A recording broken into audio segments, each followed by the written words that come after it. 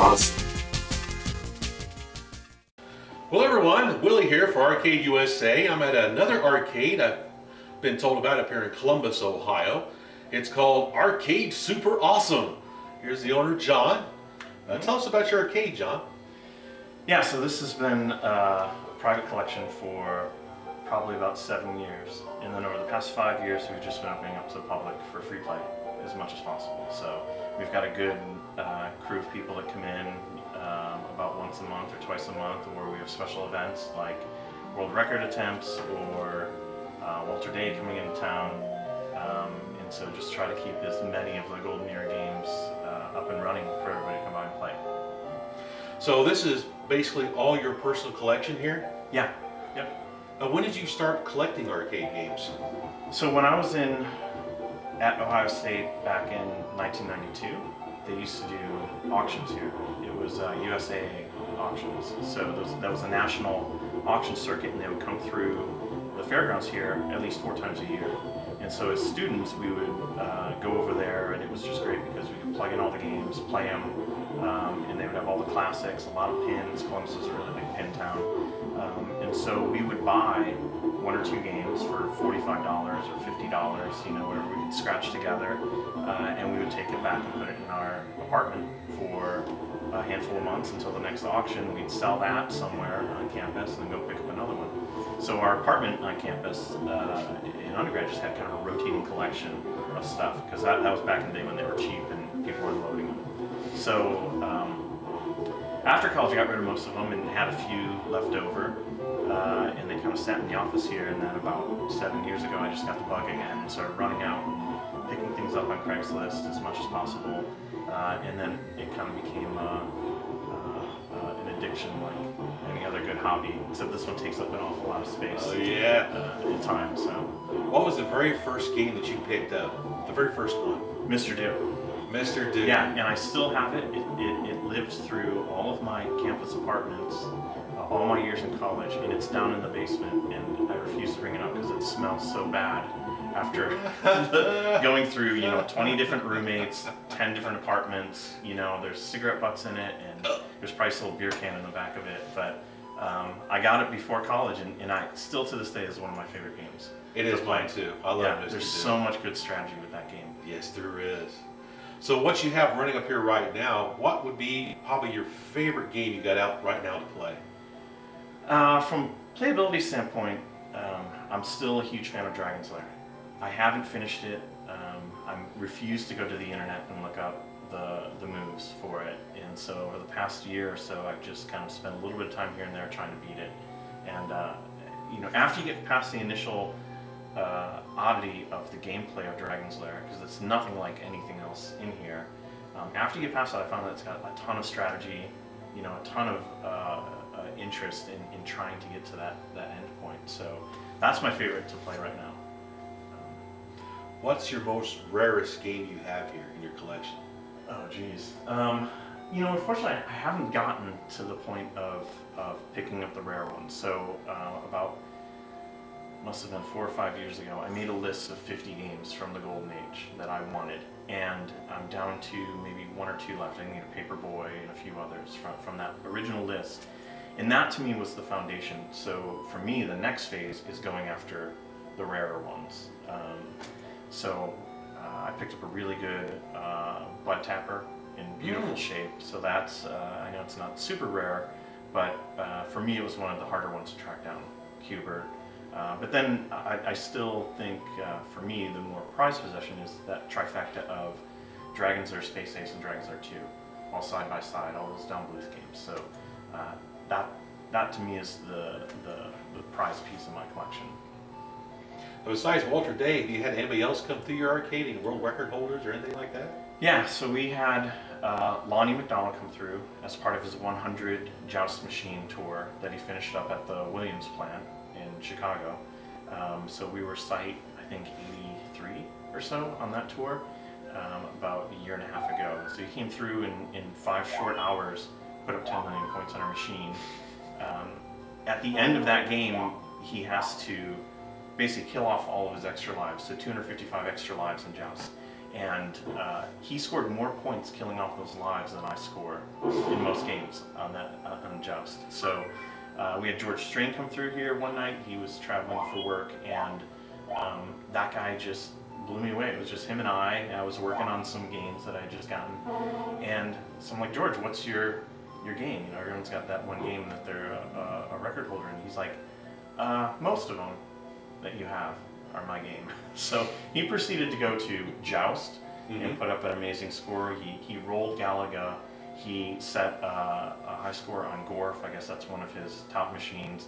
We still have his high score of close to 400,000 or over 400,000 on Mario Brothers, and that was just his casual playing. Oh my gosh. Yeah. So he was really really nice guy and really impressive. Like, just walked from one game to the next and setting high scores that we haven't been able to beat. And then we've got a local guy, Nathan, who's got his own Twin Galaxies card, mostly for the main collections. He's more of a one life run guy for Ninja Gaiden and a lot of Nintendo. So he spent all of October beating all of the Castlevania games in one life, which I don't think I'd beat any of those games. Holy cow. You know, at all myself. So he comes by, he's got a kill screen, not on this machine, but he's got a kill screen on his own machine at home. Regularly puts up 600,000, 700,000 points casually on our Donkey Kong. And then also on Robotron, he's been pushing like over 2 million lately. So we're starting to build up some momentum around those guys, and hoping to get more from here, because to me it's really exciting to see them play. That's something to see. Yeah. That's awesome. It's funny with Robotron, especially because it's such a frenetic game. Nathan will be in here and he'll disappear for like 20-30 minutes. He comes back all sweaty, and you're like, yeah, you're playing Robotron. He's like, yeah, I got 2 million points. Needs your workout. Yeah. Now, besides the arcade you have here, you also have a software company too, correct? Yeah, so I started Tracer Media 18 years ago, and we've been developing educational software as the majority of our work in all those years. So we work with a lot of the big educational publishers to do the interactive components of the educational content, which is really cool because it's a direct derivative of the love of the arcade games, and the gameplay and the graphics and the interactivity was something that I applied directly to my career, into my work, and we've been able to create some really interesting fun stuff. And another really interesting thing that kind of ties it all together is that high on my list of games to get when I went through and made that list of 50 was Berserk. So I had one of those typical stories where our family would go to this one hotel about once a year. They had a small game room, and Berserk was that one game that was there every year that I just played nonstop. And so when I started collecting again, I really wanted a Berserk. And so I finally track one down, and I get it, and I put it in, and I'm really excited about it. And I look, and on the bezel, it's signed by Alan McNeil, designed and developed by Alan McNeil. So I'm like, oh, that's pretty cool. Like, it's one of the few that has a signature on it from the classics.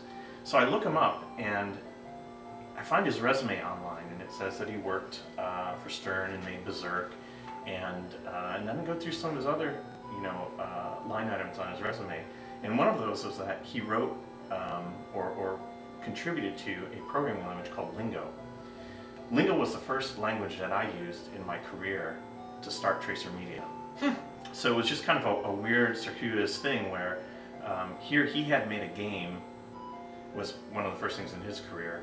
Then he goes on to write a computer language that I then used to start my career to make enough money to buy the game that he made, 30 years earlier. So, so it's pretty interesting how integrated the software company is to the games in a lot of ways, just culturally or just from a design process that we go through. That's pretty cool. Yeah, it's fun. It's a lot of fun.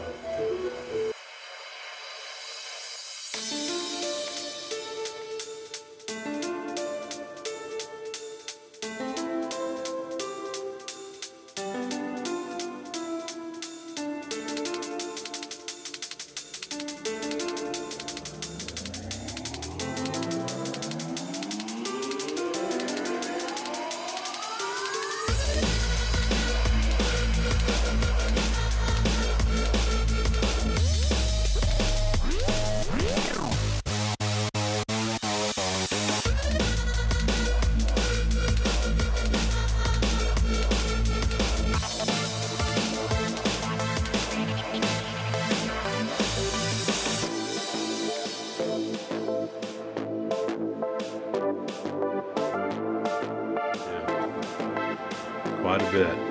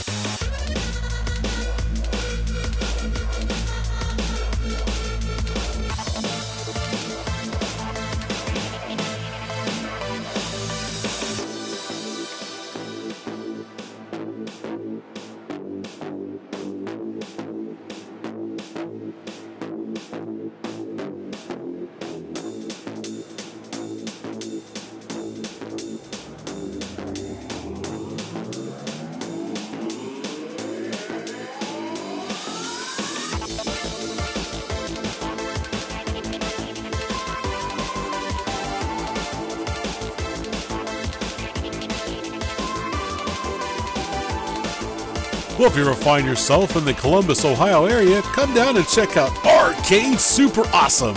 Say hi to John and his team.